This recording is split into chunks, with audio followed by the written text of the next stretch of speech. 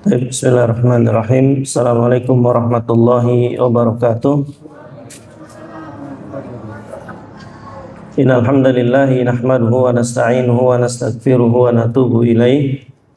Wa na'udzu billahi min shururi anfusina wa sayyiati a'malina. Man yahdihillahu fala mudilla lahu wa man yudlilhu fala hadiyalah. Asyhadu an la ilaha illallah wahdahu la syarika lah. Wa asyhadu anna Muhammadan abduhu wa rasuluhu la nabiyya wa la rasula ba'da. Qala Allah ta'ala fi kitabihil karim, ya ayyuhalladzina amanu taqullaha haqqa tuqatih wa la tamutunna illa wa antum muslimun. Wa qala ta'ala, ya ayyuhan nasu taqu rabbakumul ladzi khalaqakum min nafsin wahidah wa khalaqa minha zawjaha wa batha minhuma rijalan katsiran wa nisaa'a wattaqullaha alladzi tasaaluna bihi wal arham innallaha kana 'alaikum raqiba. Amma ba'd, ya hayyu ya qayyum bi rahmatika nastaghithu aslih lana sya'nana kullahu wa la takil ila anfusina tarfat 'ainin. Allahumma aslih lana diniyal ladzi huwa ismatu amrina wa aslih lana dunyayal lati fiha ma'ashuna wa aslih lana akhiratil lati fiha ma'aduna waj'alil hayata ziyadatan lana fi kulli khairin waj'alil mauta rahatan lana min kulli syarrin. Amma ba'd, ikhwani fillah azakumullah wa iyyakum jami'an. Barakallahu fikum. Alhamdulillahi rabbil alamin. Segala puji bagi Allah Subhanahu wa taala Rabb semesta alam yang alhamdulillah kembali memudahkan kita, memberikan kesempatan kepada kita untuk kita bisa beribadah kepada Allah Subhanahu wa taala, dalam hal ini menuntut ilmu syar'i. Apalagi terkait dengan persiapan kita untuk memasuki bulan Ramadan yang hitungan hari lagi insyaallah. Allahumma balighna fi Ramadan. Semoga Allah Subhanahu wa taala sampaikan kita di bulan Ramadan dengan kesehatan, dengan iman dan afiah tentunya dari Allah Subhanahu wa taala.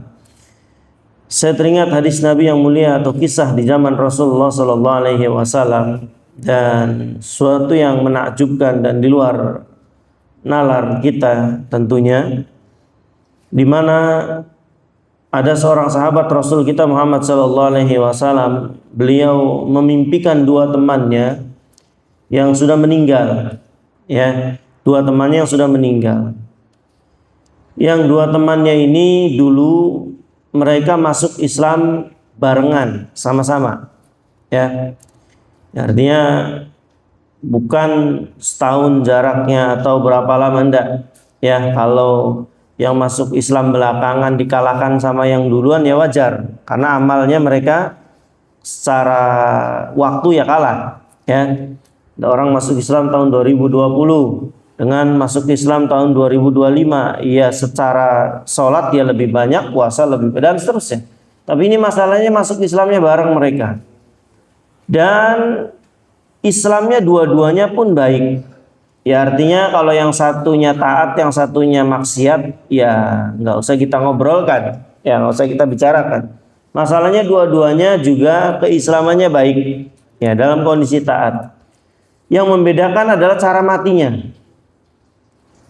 Ya, teman yang pertama dia mati di medan jihad, wafat di medan jihad. Ya, kita tahu orang yang mati di medan jihad, ya, kalau ikhlas karena Allah Subhanahu wa taala, tidak kira-kira. Makanya Nabi mengatakan wadirwatu sanamihi al jihadu fi sabilillah. Puncaknya Islam itu jihad. Ya, karena dikorbankan sesuatu yang nggak akan ada gantinya, ya. Orang yang sedekah dengan harta, kapan hari, kapan waktu, ya masih mungkin Allah berikan lagi. Kalau nyawa kan tidak ada. Ya. Singkat cerita, dia mati di medan jihad dengan segala keutamaan yang ada di dalamnya tentunya. Dari mulai seluruh dosanya Allah hapuskan kecuali hutangnya.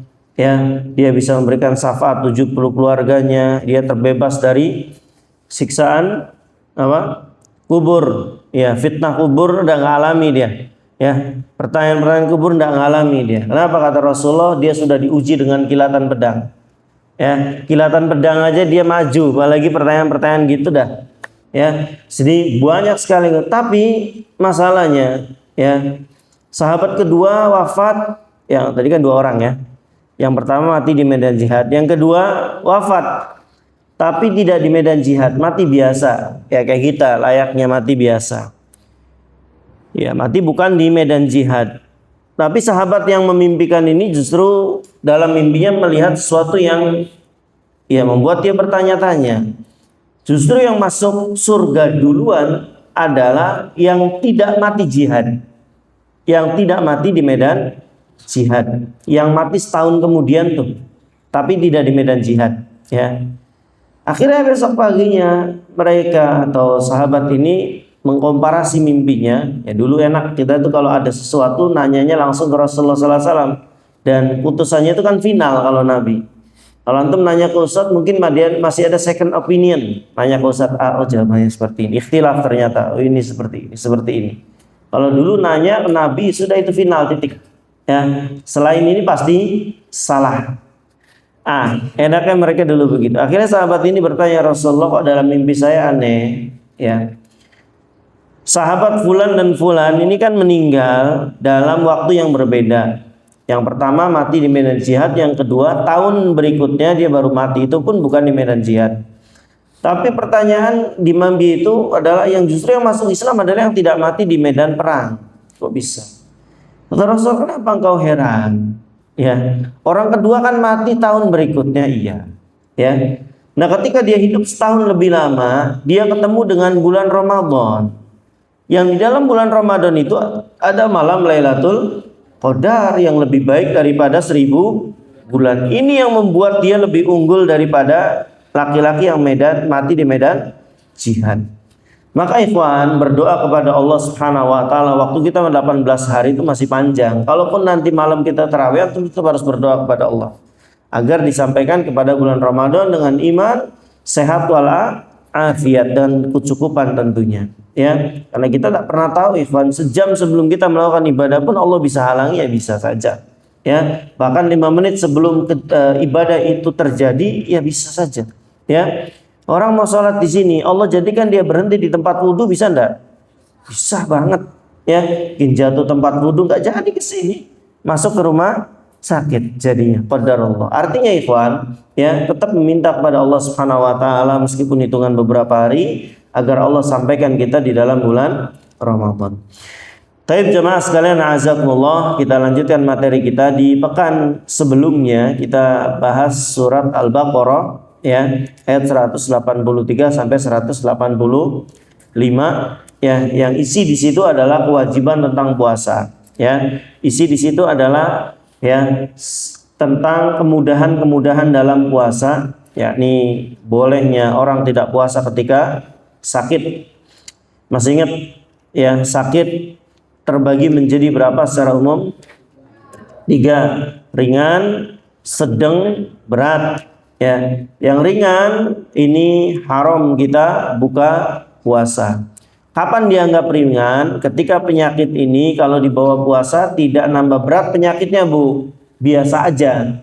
Ya, kayak kemarin contoh kan saya kena panu orang misalkan, ya, atau kena kutu air.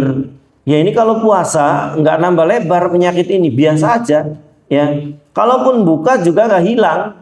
Ya, jadi model penyakit yang modelan begini apa aja namanya, maka haram buka puasa. Yang kedua kemarin, kalau penyakit ini dikhawatirkan, baru dikhawatirkan aja ikhwan, baru dikhawatirkan, antum khauf seperti ibu hamil, ya misalkan, atau ibu menyusui, jangan nunggu kejadian sesuatu dulu. Khawatir terjadi sesuatu pada dia dan janinnya, sudah nggak usah dari awal. Sama antum memudik jauh, ya antum mudik jauh, jangan nunggu sesuatu dulu. Antum tahu kalau lapar mata kabur, ngantukan, makan sudah dari awal. Ya, dari rumah udah sarapan, gas sudah masuk tol. Ya, jangan nunggu lapar dulu, jangan nunggu keluar apa-apa. Antum ada kebolehan untuk apa? Buka puasa. Ya, ini tentang puasa. Kalau tentang safar nanti beda lagi. Ya, ada rukhsahnya. Tapi ikhwan a'azakumullah, dan kita sudah jelaskan juga tentang masalah safar juga sudah, safar-safar yang dikhawatirkan berat dan pasti berat, jelas tidak boleh puasa, ya. Adapun safar-safar yang ringan, kemarin kita sudah jelaskan, lebih baik apa kata Syekh Utsaimin? Lebih baik meneruskan puasa. Yang duduk manis, nggak capek, lebih baik puasa. Ya, alasan 3 beliau. Yang pertama apa? Dia melaksanakan ibadah tepat waktu. Yang kedua, dia melaksanakan ibadah di bulan Ramadan mulia. Yang ketiga, dia puasa bersama manusia, lebih ringan. Ini 3 alasan yang beliau kemukakan kenapa orang-orang yang safarnya ringan.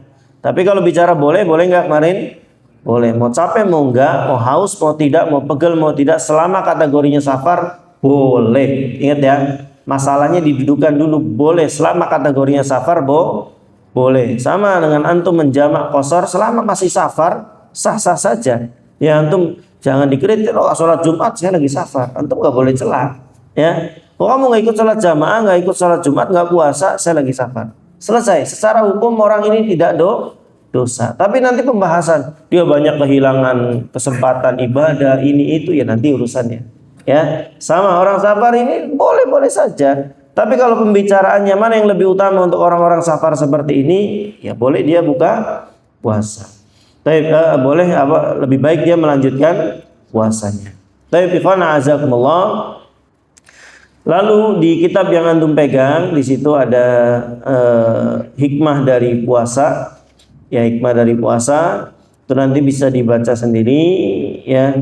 Saya tambahkan saja nanti ikhwana azakumullah di hadis yang mulia dari Nabi kita yang mulia sallallahu alaihi wasallam ya, atau bisa dilihat di halaman 11 ya. Hikmahnya nanti bisa dibaca sendiri. Kita langsung ke halaman 11. Di situ ya beliau penulis hafidhahullah taala memberikan subbabnya tentang keutamaan bulan Ramadan ya, tentang puasa itu sendiri. Di situ yang pertama beliau katakan adalah termasuk rukun Islam ya, yang tentu tidak tegak ya bangunan Islam ini kecuali dia ada penopang-penopangnya, di antaranya adalah puasa ini. Jadi saya tambahkan dari Riyadhus Shalihin ya. Yang kedua ikhwana azakumullah ya, salah satu hikmah puasa atau keutamaan puasa Ramadan adalah dia menghapuskan dosa yang telah lalu. Ini yang saya katakan kemarin juga terkait dengan doa malaikat Jibril ya. Kalau kita perhatikan atau telaah lebih dalam sedikit ikhwan, kenapa ya sekelas Jibril itu mendoakan yang jelek? Ya kan dia malaikat rahmat. Ya, basicnya kan bukan malaikat penyiksa, basicnya kan bukan malaikat yang ditugaskan Allah untuk macam-macam. Malaikat rahmat, nurunkan rahmat, mereka bergembira semisalnya. Ya.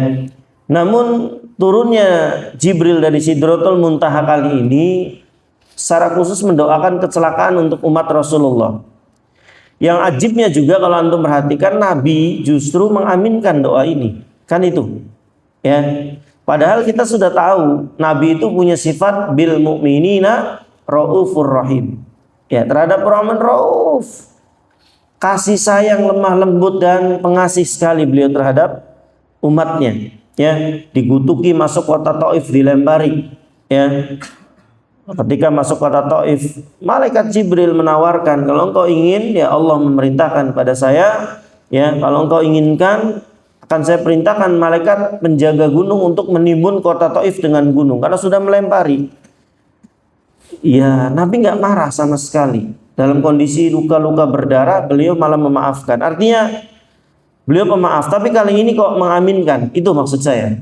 Jibril yang nggak biasa mendoakan jelek, mendoakan jelek. Nabi yang ya biasanya nyegah. Ketika umatnya dalam kondisi bahaya itu nyegah apa saja ya.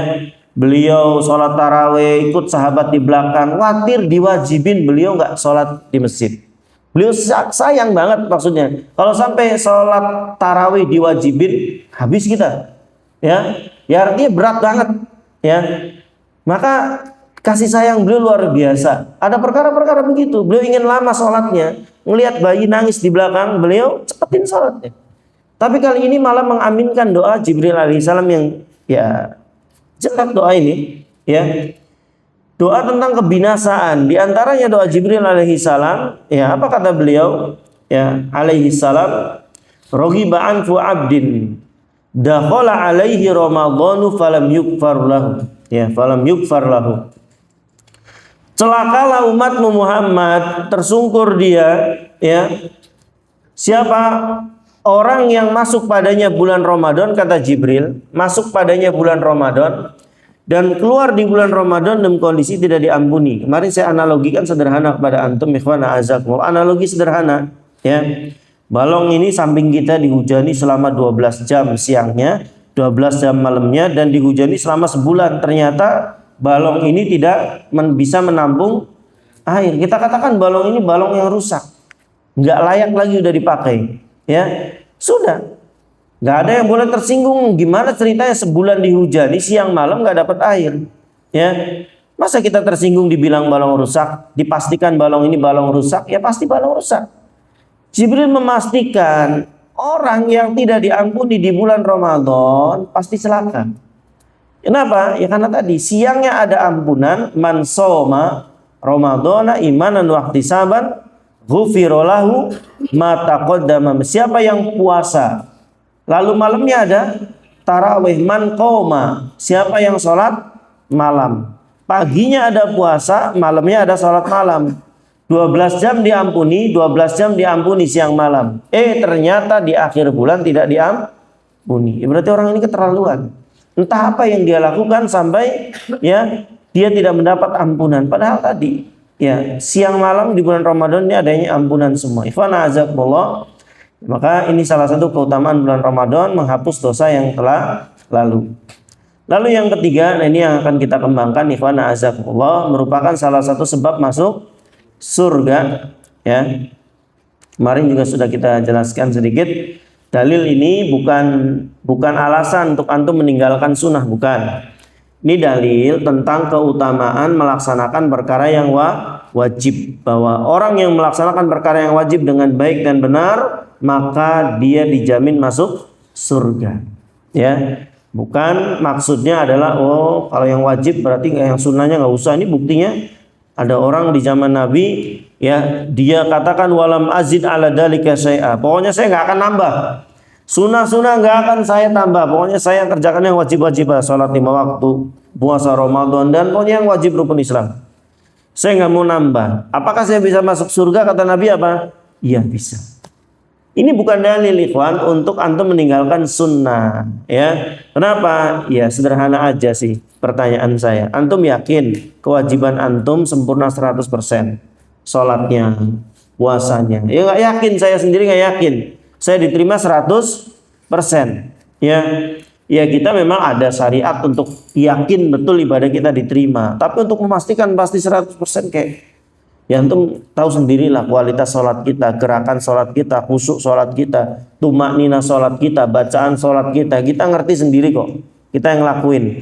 Ya, artinya ikhwan, ya kita butuh yang sunnah-sunnah untuk nambalnya. Nah, ini saya ingatkan dari awal, hadis ini bukan legalitas kita untuk meninggalkan yang sunnah. Justru yang motivasi bahwa yang wajib ini ya harus didahulukan. Tapi ikhwan azakumullah, itu ada lagi tambahannya, doa dikabulkan, pahala berlipat ganda. Nah ini hadis yang akan saya jelaskan, ikhwan azakumullah. Hadis ini aslinya panjang. Dari sahabat Rasulullah Sallallahu Alaihi Wasallam Abu Hurairah, ya, tentang firman Allah Subhanahu Wa Taala yang setiap amalan anak Adam untuk dirinya. Ini saya jelaskan, ikhwan. Hadis ini sahih riwayat Imam Bukhari dan Muslim. Dari sahabat Abu Hurairah, semoga Allah meridhai beliau. Perhatikan, ini hadis yang azim, yang besar. Kalau di kitab antum itu hanya potongan saja, ya, hanya potongan. Asli hadis ini panjang.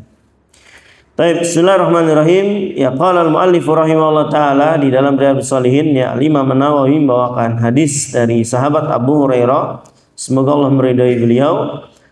Nabi yang mulia sallallahu alaihi wasallam beliau bersabda, Allah berfirman, ya, maka ini bisa kita pastikan hadis qudsi, ya. Kata Allah Subhanahu wa taala, kullu amali ibni Adam lahu illa siyam. Seluruh amalan anak Adam untuk dirinya sendiri, kecuali apa kata Allah? Puasa, ya. Kenapa ikhwan? Ya, mungkin antum pernah dapat penjelasan seperti ini, ya. Bahwa amalan yang kita lakukan yang lainnya, sholat, zakat, haji, baca Quran, dan yang semisal dengan itu kecuali puasa, sangat mungkin bisa pahalanya ditarik untuk orang lain. Nabi pernah bertanya kepada sahabatnya yang mulia radhiyallahu anhum ajmain, atadruna anil muflis? Kalian tahu nggak sih orang yang rugi? Kata Nabi sallallahu alaihi wasallam. Sahabat ya bilang, orang yang rugi adalah orang yang jualan nggak dapat untung. Bukan, kata Rasul. Ya, orang yang rugi adalah orang yang datang di hari kiamat dengan bawa pahala sholat, pahala zakat, pahala sedekah, pahala haji dan yang semisalnya. Tapi pahala-pahala ini dia berikan kepada orang lain. Kok bisa? Iya, hutang belum dibayar sampai mati, janji belum ditunaikan, dia nyikut orang, dia mukul orang, dia merobek kehormatan orang, dia gibahi orang. Ini dosa semua, dan urusan anak Adam ini lebih repot daripada urusan dengan Allah. Saya pernah bilang ke antum ikhwan, sampai ada ulama yang mengatakan orang yang menghina Nabi nggak ada tobatnya. Ya, kenapa? Ya karena sudah nggak bisa minta maaf. Beda dengan dosa ke Allah, Allah akan terus hidup dan Allah Maha Pemaaf. Ketika antum menghina Nabi, maka ada hak manusia yang harus dihalalkan. Masalahnya Nabi sudah wafat, mau minta maaf ke siapa antum? Mau cari garis keturunannya habis, sudah nggak ada. Anak laki-laki Nabi semuanya sudah wafat, sudah nggak ada bin Muhammad, repot. Maka hukumannya harus mati. Paham? Sampai orang berbuat urusan manusia itu lebih repot. Ya, urusan dengan manusia itu lebih panjang urusannya. Antum urusan dengan Allah, Allah Maha Pengampun, Allah Maha Pemaaf. Urusan dengan manusia kalau udah ketemu repot dah. Ya. Maka Nabi bertanya, atadruna manil muflis? Tahu nggak kalian orang yang paling rugi itu siapa? Ya tadi, orang yang bawa pahala ini itu tapi dia berikan kepada yang lain. Ini orang yang rugi, kata Rasulullah sallallahu alaihi wasallam. Hadis ini menerangkan yang semisal seluruh amalan anak Adam untuk menebus dirinya sendiri. Ada utang ya silakan, nanti pahala sholatnya diberikan kepada orang yang punya duit. Antum gibahi orang, siap-siap nanti pahala Qur'annya diberikan kepada orang yang antum gibahi. Kurang lebih begitu. Ila siam, kecuali puasa. Ya, nggak bisa kata para ulama, puasa Allah pastikan pahalanya tidak bisa ditarik oleh orang lain. Kenapa? Karena Allah mengatakan fa innahu li, puasa itu untukku. Allah sendiri yang bilang. Yang lain untuk dirinya sendiri. Tapi puasa Allah bilang untukku. Ya, bukan untuk hamba tersebut. Wa ana azibihi. Ya, dan saya akan langsung membalas. Ini kalimat yang luar biasa ikhwan, fa innahu li wa ana azibihi. Puasa itu untukku. Kenapa ikhwan? Ada beberapa alasan. Yang pertama, ya, pahala puasa tidak bisa ditarik oleh orang lain. Ini faedahnya. Yang kedua, tingkat keikhlasan puasa hampir sempurna. Beda dengan amalan yang lain. Saya sholat, saya lamain, saya panjangin, bacaannya saya panjangin, mungkin ada sesuatu. Dianggap hafalannya banyak, ini itu seterusnya. Orang sedekah sangat mungkin termasuki penyakit riya. Ya, orang baca Quran sangat mungkin pengen didengar orang lain dan seterusnya. Potensinya ada. Tapi kalau puasa Ramadan, sum'ah dan riya ini masuk dari mana kira-kira? Saya sedekah antum enggak? Ya masuk dari riya. Ya, kalau saya cerita, kemarin saya cerita sedekah sekian, sum'ah kena. Gugur amalan itu dengan sebab riya dan sum'ah. Nah, kalau puasa Ramadan kira-kira apa yang perlu diriakan? Pengen dilihat orang. Apa yang pengen dilihat kira-kira? Ya, saya haji, saya foto depan Ka'bah. Ka'bahnya lagi diselendangi putih kan kalau musim haji. Wah, haji gitu kan. Antumnya di sini di Indonesia ada daya pamernya, pengen dilihat, paham? Pengen didengar dan seterusnya. Tapi kalau puasa Ramadan kira-kira apa? Apa Bu? Mau pamer mulutnya bau? Gak mungkin. Ya, saya mulutnya bau karena lagi puasa. Orang jawab apa? Sama saja, saya lebih bau kayaknya. Ya, saya lemes karena lagi puasa. Orang akan bilang Ramadan ya. Kalau puasa Senin Kamis masih mungkin. Karena yang lain melaksanakan, yang lain tidak ya. Amalan-amalan puasa Ramadan maksud saya hampir-hampir nggak bisa kita masuk. Mau cerita apa ke orang? Tahu nggak? Saya tadi pagi saya sahur ya. Orang juga bilang pada baik. Apa gimana coba? Ya. Kita mau bilang apa? Saya lemes hari ini karena puasa, dari pagi belum makan, belum minum. Dia mungkin lebih lemes dari kita. Sulit kita untuk berbuat ria dan sum'ah di bulan Ramadan. Hampir-hampir nggak bisa. Sok, caranya masuknya dari apa? Ya, dari antum lemes, orang juga lemes. Ya, dari antum haus, dia juga haus. Artinya nggak ada daya pamernya, itu nggak ada. Nggak mungkin kita bisa masuk. Kalau yang lain tuh bisa. Ya, antum diizinin jihad, yang lain enggak. Ya, antum bisa gaya-gayaan, nggak diterima ikut jihad, saya sih diterima, ya nggak diterima begini, ya kamu nggak melakukan ini, saya sih bisa orang itu kena penyakit ria dan sum'ah. Kalau puasa Ramadan enggak, ya karena tidak mungkin dimasuki penyakit pembatal amalan, maka kita pastikan amalan puasa tingkat keikhlasannya lebih tinggi. Memastikan 100% ya mungkin terlalu berbahaya. Tapi saya katakan tingkat keikhlasannya saya pastikan lebih besar daripada seluruh amalan yang lain. Ya orang nggak bisa ria, nggak bisa pamer dalam puasa ini, nggak bisa ingin didengar orang. Dengerin, saya nih dari pagi begini. Ya dia juga sama, nggak bisa. Nggak ada yang perlu dia pamerin, nggak ada yang perlu dia sombongkan dalam masalah puasa. Inilah kata Allah, ya fa innahu li, puasa itu untukku.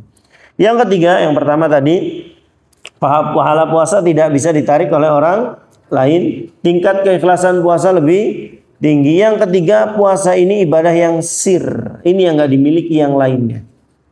Ibadah puasa ini ibadah yang sangat rahasia. Orang nggak sholat ketahuan, ya nggak ada gerakan yang dia lakukan. Orang nggak subatan kelihatan, tapi orang nggak puasa kelihatan enggak.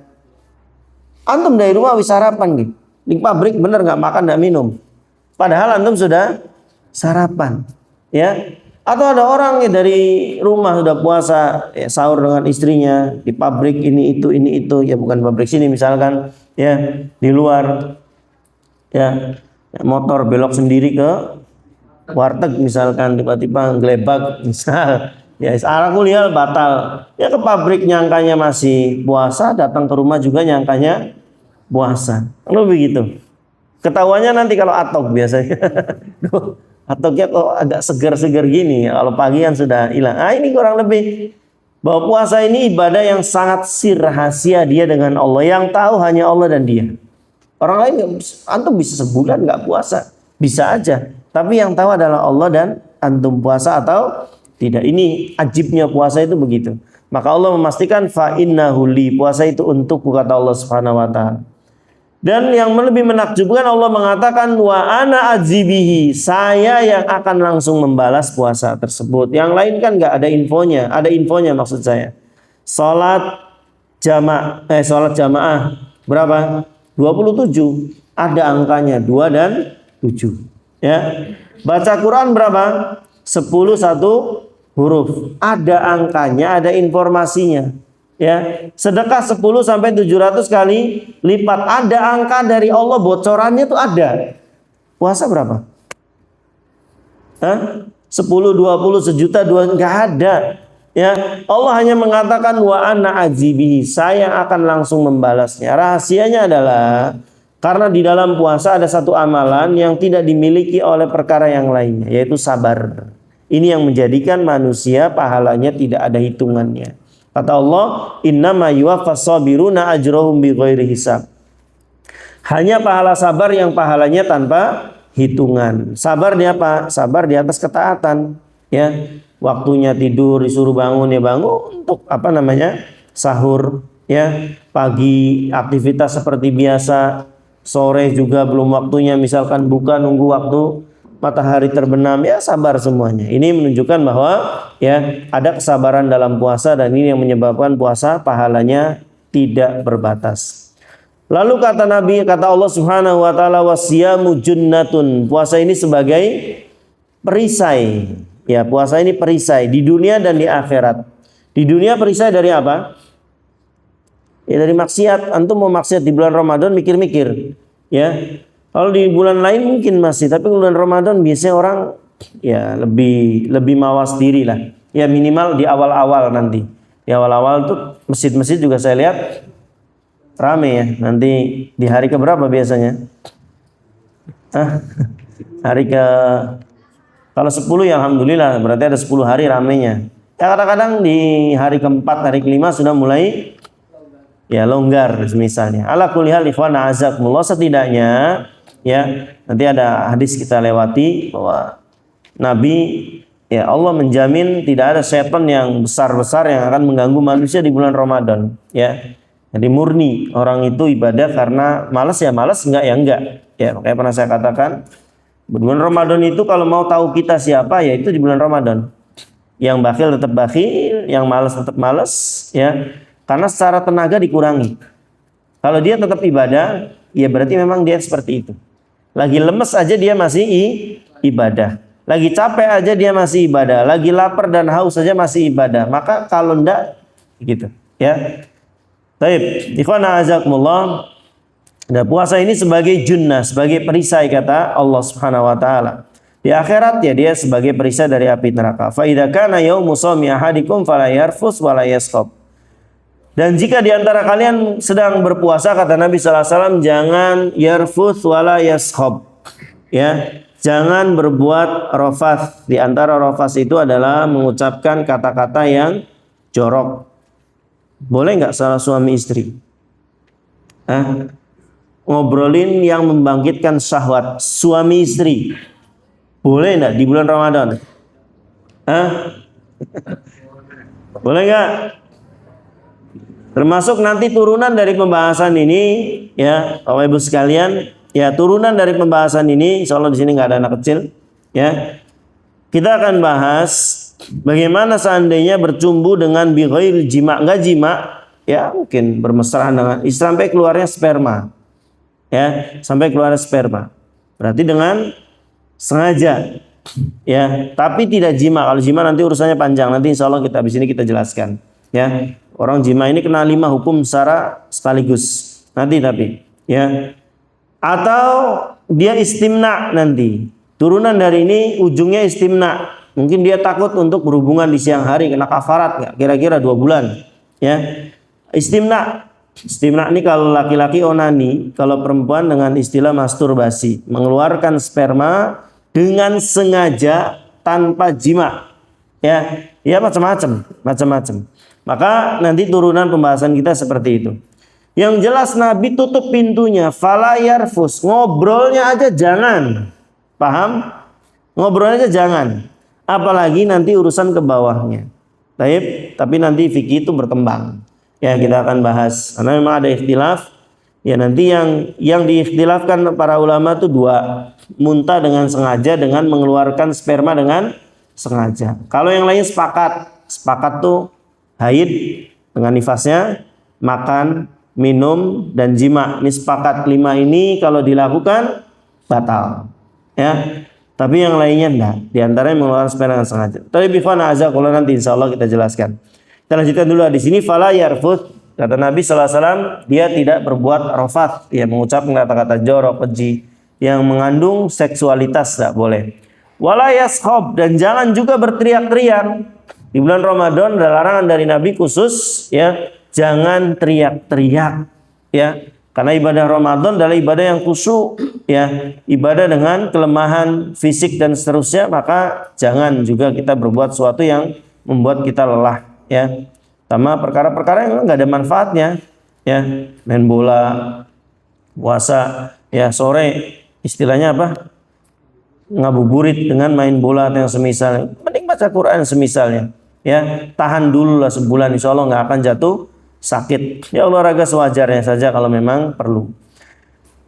Lalu kata Nabi fa in sabahu ahadun aw qatalahu ya, dan jika salah seorang di antara kalian ada yang menghina, mencela atau bahkan ingin memeranginya, faqul kata Nabi, maka ucapkan, jangan dalam hati, ucapkan dengan lisan, saya sedang puasa. Manfaatnya 2. ke diri kita dan ke orang yang ganggu kita. Ke diri kita dikte jiwa, jangan kamu marah, kamu sedang puasa. Kupingnya kan dengar nanti, saya sedang puasa. Paham? Kalau antum marah pun sama kayak istri siapa, katakan saya suami. Hati-hati ucapannya. Ya, kalau jatuh talak bahaya dan seterusnya. Atau ucapan-ucapan yang membahayakan lainnya, hati-hati. Ya, katakan beberapa nggak bisa dalam hati. Contohnya yang seperti ini. Kata Nabi, fakul, ucapkan oleh kalian, inni shaimun, saya sedang puasa. Ke diri kita dikte, jangan balas, kamu lagi puasa. Jangan marah, kamu lagi puasa. Sabar. Kalau orang yang ganggu kita pun dia harus tahu, saya bisa membalas, saya bisa berlaku yang semisal, tapi saya nggak akan lakukan sekarang. Kenapa? Ya sekarang tuh bukan nanti sore dibalas, bukan. Maksudnya, kamu jangan lagi ganggu saya nggak akan ladenin, saya sedang puasa. Jadi orang juga tahu, oh dia lagi puasa. Seenggaknya ngeri lah, waduh lagi puasa, nanti disupatani, bagaimana semisalnya. Barangkali dia jadi takut yang semisal. Artinya ikhwan a'azakumullah, ini perintah Nabi, ucapkan oleh kalian ini shaimun. Walladzi nafsu Muhammadin biyadi. Demi Allah yang jiwa Muhammad berada di tangannya, la khuluqu famis shaimi atyabu indallahi min rihil misk. Demi Allah aroma mulut orang yang berpuasa atyab, kata Nabi, lebih wangi di sisi Allah daripada minyak ya misik, ya minyak misik, minyak yang mungkin mahal, ya. Lebih wangi aroma orang mulut orang yang berpuasa di sisi Allah. Di sisi manusia ya apa bu? Ya anggar puyeng. Ya di sisi Allah dia tidak seperti itu. Allah berikan keutamaannya itu lebih wangi daripada minyak misik. Ya ini semakna dengan apa yang Nabi katakan kepada sahabat yang mentertawakan betisnya Ibnu Mas'ud. Ibnu Mas'ud punya betis ya termasuk cacat, dan beliau ya secara fisik beliau punya betis yang kecil ya, selama ini tertutupi, lalu saat itu tersingkap aib ini kelihatan. Maka sahabat ngetawain ya kecil dan semisalnya. Nabi marah menegur sahabat-sahabat yang mertawakan, jangan kau tertawakan betis itu, karena di sisi Allah betis itu lebih berat, lebih besar daripada gunung Uhud. Kemuliaan Ibnu Mas'ud maksudnya, menjadikan di sisi Allah dia lebih mulia ya daripada, lebih besar daripada gunung Uhud. Ini di sisi Allah, di sisi manusia ya sama ya. Artinya ini menunjukkan keutamaan orang yang berpuasa. Lisaimi farhatan, kata Allah Subhanahu wa taala, yang berpuasa punya dua kebahagiaan. Pertama, bahagia ketika buka ya. Dengan apapun menunya insyaallah kita akan senang. Dan jika bertemu dengan Robnya, dia akan bahagia. Baik.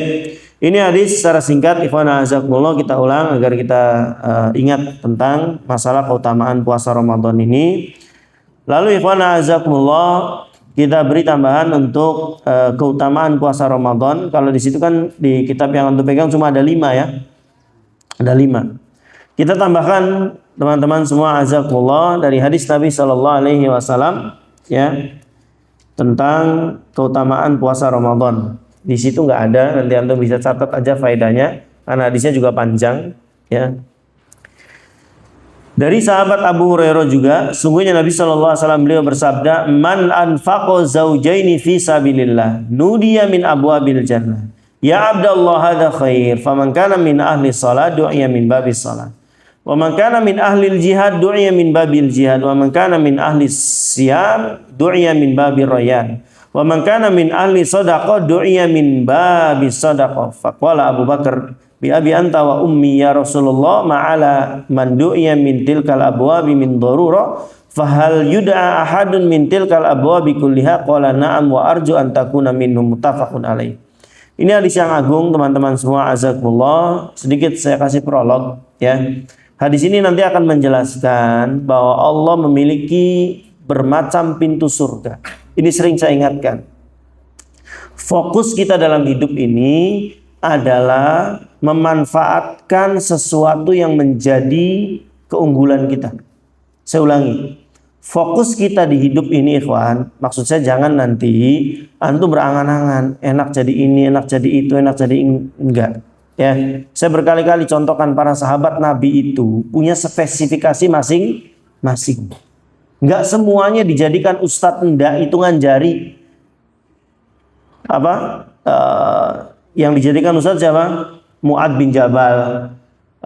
Siapa yang dikirim ke Madinah? Mus'ab bin Umair. Ya, Abu Ayyub hitungan jari saja. Yang dijadikan ahli tafsir pun ya itu aja.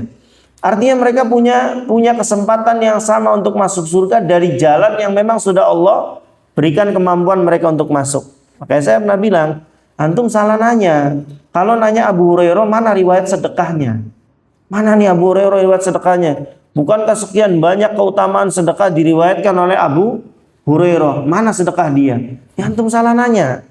Ya, dia buat makan aja kengelan susah, bahkan beberapa kali pingsan dia untuk nahan lapar. Antum nanya sedekahnya, ya nggak nyambung. Kalau antum tanya apa keutamaan Abu Hurairah, dia muhaddis pertama dalam Islam. Sepakat para ulama, ya, dari seluruh zaman bahwa muhaddis ahli hadis pertama dalam agama Islam adalah Abu Hurairah. Bahkan dia menghafal hadis Nabi lebih banyak dari istrinya. Istrinya Nabi itu 24 jam dengan Nabi, tapi kalah hafalan hadisnya dengan Abu Hurairah. Dia masuk surga dari situ. Ini barusan kita baca dua ini dari siapa? Abu Hurairah. Hadis yang tadi yang tentang kullu amal ibni Adam dari Abu Hurairah. Yang ini juga dari Abu Hurairah. Coba lihat. Ya, dari situ. Antum jangan nanya juga, mana nih ya kedermawanan hadis dari sahabat siapa panglima perang Islam? Panglima perang Islam siapa? Khalid bin Walid. Mana hadis dari Khalid bin Walid? Mana sedekah Khalid bin Walid? Mana ibadah yang hebat dari Khalid bin Walid? Antum salah nanya. Hidupnya di padang pasir dia. Ya, berbulan-bulan bahkan mungkin bertahun-tahun dia hidup di padang pasir untuk memimpin perang. Kalau antum nanya perangnya baru, berapa perang? Lebih dari ratusan perang yang dia pimpin. Menang semuanya. Semuanya menang. Dia masuk surga dari pintu jihad. Paham? Antum pun sama ikhwan. Jangan berangan-angan sesuatu yang antum tidak mampu. Enak ya, bisa bangun masjid. Ya kalau antum memang bisa nyapu masjidnya, sapu masjidnya. Ya, karena yang semua yang terkait dengan masjid, mau penyapunya, yang nyalakan listrik, yang jaga kebersihannya, yang donatur, yang bangunnya, pahalanya Allah berikan sesuai dengan ya apa yang dia keluarkan. Jadi maksudnya andilnya apa saja kita di dalam Islam. Ya, maka saya sering katakan ikhwana azakumullah, antum harus bikin kehidupan kedua. Setelah antum mati, antum harus tetap hidup. Ingat pesan saya ini, ya, antum bikin kehidupan kedua. Apa? Ya kalau saya gampangannya ini direkam. Saya mati, saya masih ada kehidupan kedua.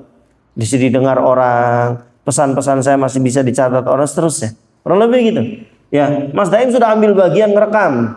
Ya Mas, ingat gambarnya yang bagus Mas. Jangan sampai burung. Artinya Ikhwan, kita punya sesuatu lah. Ya, jangan seperti antum mati besoknya udah kayak nggak ada antum pernah di dunia ini selama sekian puluh tahun. Kan ada orang gitu. Ada dan tidaknya kayaknya biasa aja, nggak ngaruh gitu. Dia mati tuh orang nggak nyariin. Jangan.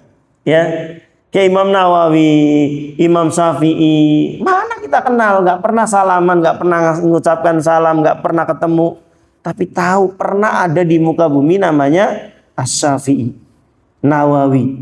Kenapa? Mereka punya hidup dua kali dan kekal kehidupan mereka di dunia ini. Paham? Ya, mereka bikin sesuatu yang mereka kalau mati mereka tidak akan pernah dilupakan oleh manusia. Apa saja ikhwan azakumullah ya yang antum bisa lakukan. Dulu ada yang disembah oleh orang kafir di berhala Lata, itu kan nggak besar dia. Dia kalau ada orang haji dia ngadon, gawe gelepung tahu Bu ya, gelepung gawe roti dibagikan. Sampai detik ini namanya abadi. Ada orang ya yang bikin tepung dan biasa bagikan orang kepada orang yang haji. Ini namanya menciptakan kehidupan yang kedua setelah mati. Dan yang baik tentunya, jangan yang buruk. Ya, kalau yang buruk ya nanti jadi dosa jariyah. Nah, kurang lebih itulah ikhwan azakumullah. Jadi pesan saya, antum fokus ke perkara yang memang antum memiliki keahlian di dalamnya. Mas Safid MC lah dengan MC yang bagus misalnya. Nggak mungkin antum menjelaskan dalil di sini, kendaraannya nggak ada, ya kesempatan untuk belajarnya juga mungkin sudah hilang. Sudah saya bisa, yang kalau saya MC orang tertarik nggak ngantuk dan semisalnya. Masuk dari pintu situ. Paham? Apa saja. Apa saja, antum punya potensi masing-masing. Semuanya Allah lengkapi dengan keunggulan masing-masing. Nggak mesti dari satu pintu. Taib. Hadis ini berbicara tentang masalah itu teman-teman semua. Azakumullah. Ya, bahwa manusia mereka akan bisa masuk pintu dari pintu yang memang sudah Allah siapkan. Karena Allah punya ilmu. Al-alim, maha berilmu dan maha bijaksana dan maha adil. Allah tahu kok. Nggak semua kita siap bangun malam. Ada yang sudah dari pagi, masya Allah, bakpik pekerjanya di panas-panasan. Ya malam nggak bisa bangun. Berat banget. Ya. Ada orang di tempat kerja yang berat, misalkan harus berat. Ya dia nggak bisa puasa Senin Kemis. Kenapa? Ada kewajiban yang harus dia penuhi. Nggak masalah, boleh. Tapi saya nggak puasa Senin Kemis. Itu kan puasa. Sementara ada kewajiban yang menggugurkannya. Kan nggak baik. Ya kalau antum di pekerjaan. Ya termasuk saya ini, ikhwan azakumullah, sulit saya puasa Senin Kemis, jujur aja. Kenapa? Karena suara saya diperlukan. Saya harus teriak-teriak, saya harus fresh tetap sampai malam, saya harus menjelaskan kok, kan nggak lucu juga. Ayo teman-teman, mari kita bertakwa kepada Allah Subhanahu wa ta'ala. Aduh, turu semua antum nanti. Paham? Suara saya harus tinggi, suara saya harus kuat dan semisalnya, itu butuh minum. Ya, meskipun setengahan sama Mas Safid ya. Artinya ikhwan azakumullah, ya kenapa? Ada kewajiban yang harus saya tunaikan. Paham? Ya, dan antum tidak dosa. Allah tahu kok. Antum mengutamakan yang wajib daripada yang sunnah. Taib dan semisalnya. Antum ada pekerjaan yang memang harus ditunaikan dan itu statusnya wajib untuk antum. Antum tidak boleh melakukan perkara sunnah. Maka saya pesan, kalau sholat duha memang nggak diizinkan, jangan sholat duha. Kalau kok sholat bukan masalah sholat yang dilarang, ada kewajiban. Misal tempat lain, kalau di sini ya. Saya kira Selatan itu saya lihat antum sholat duha. Kurang lebih begitu. Kalau memang tidak boleh, tidak apa-apa. Kenapa? Ada perkara yang wajib yang antum harus tunaikan. Ini dalilnya baru kita lewati. Orang melaksanakan yang wajib-wajib saja bisa masuk surga. Kalau memang nggak ada kesempatan melaksanakan yang sunnah. Baik, ikhwan azakumullah. Kita bacakan di sini secara cepat ya, karena insya Allah mafhum semua. Di sini nggak perlu ada penjelasan mendalam. Kata Nabi SAW, man anfaqa zaujaini fi sabilillah. Barang siapa yang menafkahkan, menginfakkan dua ini bisa jadi dua hewan, 2 rupiah, 2 dinar, 2 dirham, 2 senjata, pokoknya 2 ya. Di jalan Allah apa saja untuk mendukung orang yang menuntut ilmu ya. Maka saya pesan ikhwan azakumullah, ini berkali-kali saya pesan juga ke antum. Selain antum perhatikan bangunan fisik masjid, selain antum perhatikan bangunan fisik sekolah, antum jangan lupa isi di dalamnya pun antum harus perhatikan. Karena di situ ikhwan azakumullah, kebayang antum topang satu pelajar, yang pelajar ini sampai jadi, yang pelajar ini nanti punya murid sekian punya murid sekian punya murid sekian, pahala antum masya Allah. Karena kita lupa. Kelihatannya wah gedung, kelihatannya wah pesantren, kelihatannya bukan tidak boleh, wah masjid ini itu. Tapi antum lupa, ada SDM yang harus dibangun. Yang dari satu SDM ini akan menciptakan mungkin ribuan gedung yang hebat nantinya. Yang kalau gedung itu gede, nggak ada SDM yang mumpuni, nggak ada juga manfaat di dalamnya. Paham maksudnya? Ya, paham? Ya, kan di sini misalkan masjid sekecil ini, tapi kebaikan banyak. Pengajian, Jumatan, sholat jamaah. Ya, saya masuk di satu masjid gede banget, AC-nya ada 12. Seperti ini, masjid pabrik juga. Ya, semisal ini juga ada 12 AC-nya. Ya, isinya satu baris, enggak tepung. Enggak tepung apa maksudnya?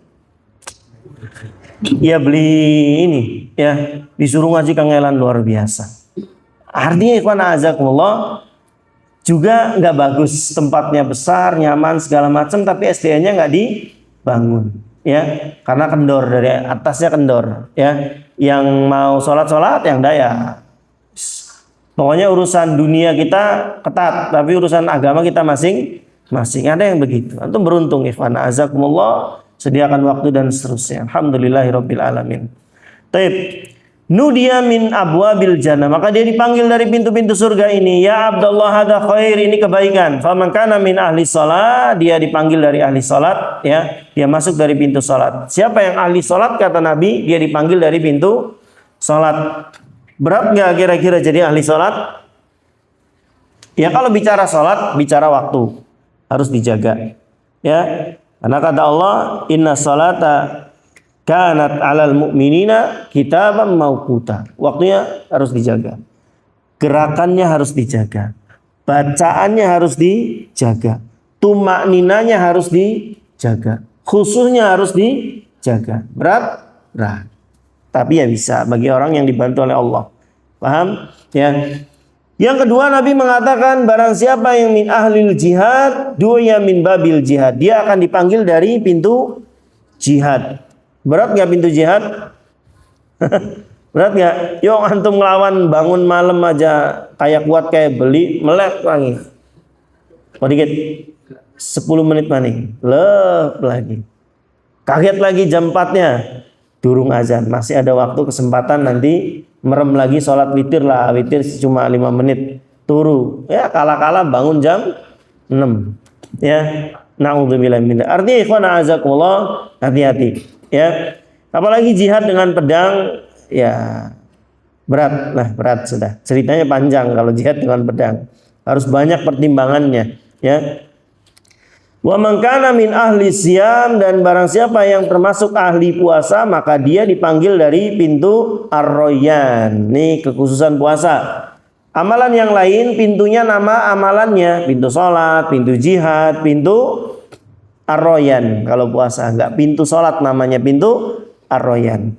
Lalu kata Nabi, wa man kana min ahli shadaqah du'iya min babi shadaqah. Barang siapa yang termasuk ahli sedekah, dia dipanggil dari ahli sedekah. Berat enggak? Berat.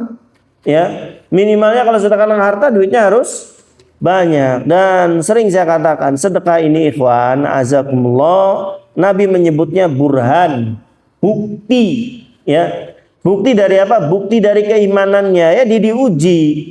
Duit 1 juta kalau dimasukkan ke kotak infak, pulang bawa apa dia? Bawa keyakinan dapat pahala. Masa replikaton pahala? Nggak kelihatan wujudnya. 1 juta tuh bawa ke Alfamaret, pulang bawa apa? Iya, bawa 5 kresek. Kan gitu.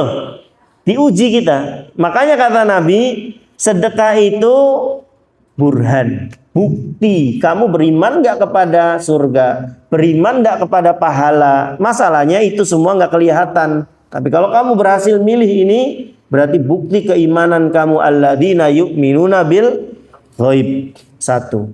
Yang kedua, ya saya sampaikan di khutbah Jumat, ikhwan. Ya, semoga antum masih ingat. Sedekah ini erat hubungannya dengan apa? Sifat kesatria, pemenang dia. Ya. Orang yang disedekah ini pemenang. Hakikat pemenang tuh orang sedekah. Kenapa? Karena yang dia lawan nggak satu. Yang dia lawan perasaan dirinya bakhil dari dirinya. Ya 1 juta kalau dikeluarkan setengahnya jelas tinggal 500. Jiwanya dilawan. Dia lawan. Yang kedua yang lawan siapa? Bisikan setan. Allah dalam Al-Quran mengatakan apa? Syaitan membisikkan manusia untuk fakir. Jangan nanti kamu kurang, SPP anakmu gimana, ini gimana, ini gimana, ini gimana. Janji syaitan sekali diturutin, janji Allah puluhan kali untuk diganti sedekah tidak dituruti. Dia kalahkan setan juga. 2. Yang ketiga kalahkan siapa? Yang paling berat ini? Rabi. Siapa tadi yang jawab? Wah, betul. Yang ketiga ngalahkan istri, kawan. Antum segimana kuatnya, jangan sombong. Adam sudah dicoba, Nabi Adam. Iblis ganggu, soraya rambu dia. Paham? Begitu istrinya, makan aja mas, ambil itu buah keabadian, tumbang dia. Itu antum, mah ada sedekah nih mah. Pada masjid mau dibangun, saya nyumbang 1 sak semen aja ya, atau 2 itu berarti 120 misalkan. 100.000. Pak, minggu kan pengen jalan-jalan. Nah, sudah. Kira-kira antum gimana? Nah, kalau antum bisa ngalahkan, antum pemenang. Tadi makanya dermawan ini ikhwan pemenang, hakikat pemenang. Makanya suja'ah, kata para ulama nempel dengan suja'ah. Kesatria ini sifat yang dimiliki oleh para dermawan. Kenapa? Dia mengalahkan beberapa kondisi.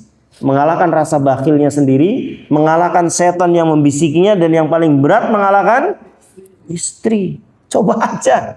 Ya, coba aja. Makanya kan saya pesan duit lah lanang. Aja semua kasih tahu istri. Nanti mau nyumbang satu sak semen, punten ya mah, mau nyumbang punten. Aduh gimana antum kayak gitu? Antum yang kerja, antum berpenghasilan, mau nyumbang ya jangan. Ya kalau bisa ikhwan azakumullah, ya karena bagaimanapun tabiat wanita, secara tabiat mereka memang punya seperti itu kecenderungan. Kita nggak salahkan karena memang sudah settingannya mereka begitu. Kita yang harus ngerti aja. Ada beberapa kondisi mau ngasih orang tua ya nggak perlu izin ke mereka spesial. Ya, toh, ya yang penting jangan ada kezoliman di mereka. Ingat saya pesan nih, ya terpenuhi mereka semua kebutuhan kewajiban mereka terpenuhi, baru silakan antum ke yang lain. Itu Islam. Ya, bukan juga antum mengutamain sedekah terus besoknya nggak makan anak istri, dosa besar antum. Ya, status sedekah sunnah. Sementara memberi nafkah anak istri hukumnya wajib, jangan dibalik. Ya ini pesan ya sederhana ikhwan azakumullah. Taib. Lalu kata Nabi SAW setelah menjelaskan ya bahwa man kana min ahli shadaqah du'iya min babis shadaqah. Siapa yang termasuk ahli sedekah, dia termasuk dipanggil dari pintu sedekah. Abu Bakar bertanya, bi abi anta wa ummi, ya ya Rasulullah, ya bapak dan ibuku sebagai tebusan. Ini tanda keseriusan orang Arab aja sih. Ya, ma'ana ala man du'iya min tilkal abwabi min darura fa hal yud'a ahadun min tilkal abwabi kulliha. Abu Bakar nanya, wahai Rasulullah, kalau anda tidak berkeberatan, saya minta dikasih tahu, ada enggak manusia yang dipanggil dari seluruh pintu surga? Ya, kalau kita kan satu aja belum ada jaminan. Ya, kita mau masuk pintu sholat, ya kita ngertilah sholat kita seperti apa. Mau masuk pintu sedekah juga mungkin kita ingat sedekah kita seperti apa. Mau masuk pintu ar-royan juga puasa kita, ya begitu. Semoga salah satunya bisa. Tapi Abu Bakar bertanya sesuatu yang lain. Ada enggak yang dipanggil dari 8 pintu surga? Ya, pintu jihad manggil, pintu sedekah manggil, pintu ini mas terus ya. Ya, kata Nabi, na'am ada. Ya, wa arju an takuna minhum. Ya, bahasa kita, saya berharap. Tapi ini kata para ulama menunjukkan bahwa bocoran dari Nabi, Abu Bakar adalah salah satu sahabat yang dijamin masuk dari seluruh pintu surga. Ya, karena bagaimanapun ikhwan, dalam satu hari Nabi sudah buktikan di depan seluruh sahabat yang hadir saat itu, ya. Nabi bertanya, siapa yang pagi ini sudah membebaskan budak? Abu Bakar. Budak bebas, Pak. Ya, di hari itu. Ya, mahal budak itu. Ya. Sudah bebas Abu Bakar. Siapa yang sudah menjenguk orang sakit? Abu Bakar ngacung lagi. Ini jangan antum bilang Abu Bakar yang nutupin amal. Masalahnya yang nanya Nabi. Ya, durhaka antum nanti kalau enggak jawab. Ya. Wong ada dulu lupa saya nama sahabiah. Dia dinikahkan dengan Julaibib. Sahabat yang ya afan. Ya nggak boleh ya mencela sahabat. Ya memang tapi dikisahkan harus dikisahkan seperti itu. Dia dari segi tampang paling jelek di zaman itu. Sahabat Nabi yang paling jelek, bahkan afwan. Orang tuh nggak ada yang mau lama duduk dengan dia. Nggak enak lihat wajahnya itu. Bukan karena nggak teduh. Ya ada orang-orang yang memang secara fisik ya menyeramkan lah bahasa kita. Hitam pendek semas itu kurang lebih begitulah. Ya. Saya nggak berani juga menjelaskan. Ala kulli hal dia dipandang sebelah mata oleh sahabat-sahabat yang lainnya. Ya sekedarnya aja. Hanya ada satu orang yang melihat tatapan dengan lama, yaitu Rasulullah SAW. Nabi SAW bertanya kepada sahabat ini, kamu nggak nikah?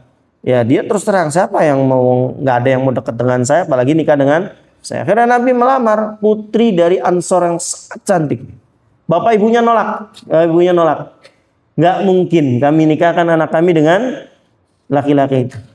Ya, tapi anak gadisnya ini soleha, dia dengar dari dalam. Perhatikan, apakah kalian akan menentang keputusan dan tawaran Rasulullah?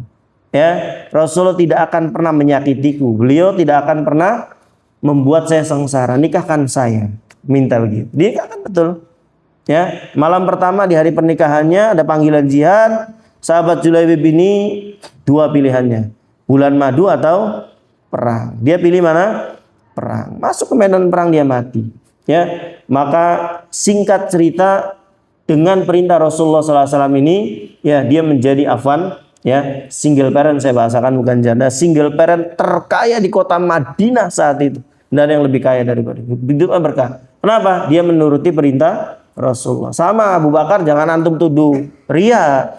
Karena dia ditanya, kan Nabi nanya, siapa yang hari ini sudah bebaskan budak? Yang ngacung. Ya, bukan berarti nggak tawadu, masalah yang nanya adalah Rasulullah SAW. Siapa yang sudah sedekah? Abu Bakar. Siapa yang sudah bebaskan budak? Siapa yang hari ini puasa? Siapa yang sudah ngantar orang mati dan semisalnya? Abu Bakar ngacung terus.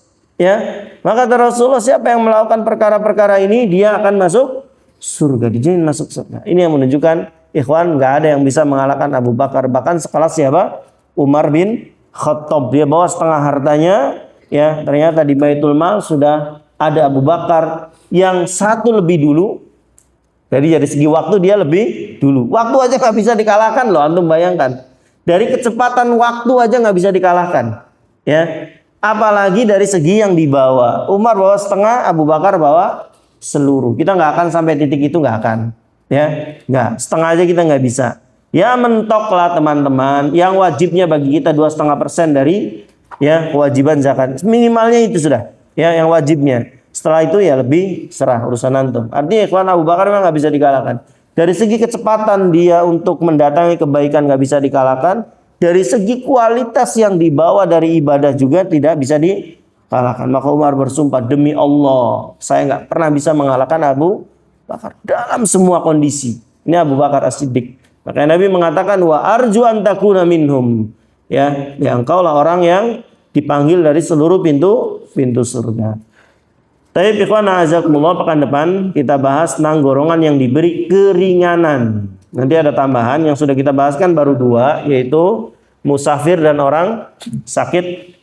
Ya, nanti wanita haid, nifas, juga nanti kita bawakan istihadah ini untuk ibu-ibu. Ya, nanti ada darah dari farjnya wanita, dari kemaluan wanita itu selain haid dan nifas, ada namanya darah istihadah. Nanti kita bahas seperti apa kalau istihadah keluar di bulan Ramadan. Juga kita akan bahas insyaallah secara lengkap tentang wanita hamil dan menyusui, ya, termasuk dalamnya orang yang sudah lanjut usia, insyaallah. Baik, semoga Allah mudahkan kita untuk bisa bermajelis ilmu di pekan berikutnya. Barakallahu fikum ikhwan a'azakumullah. Sudah jam 9, kita ada waktu cuma sampai jam segitu. Kita kembalikan ke moderator. Barakallahu fikum.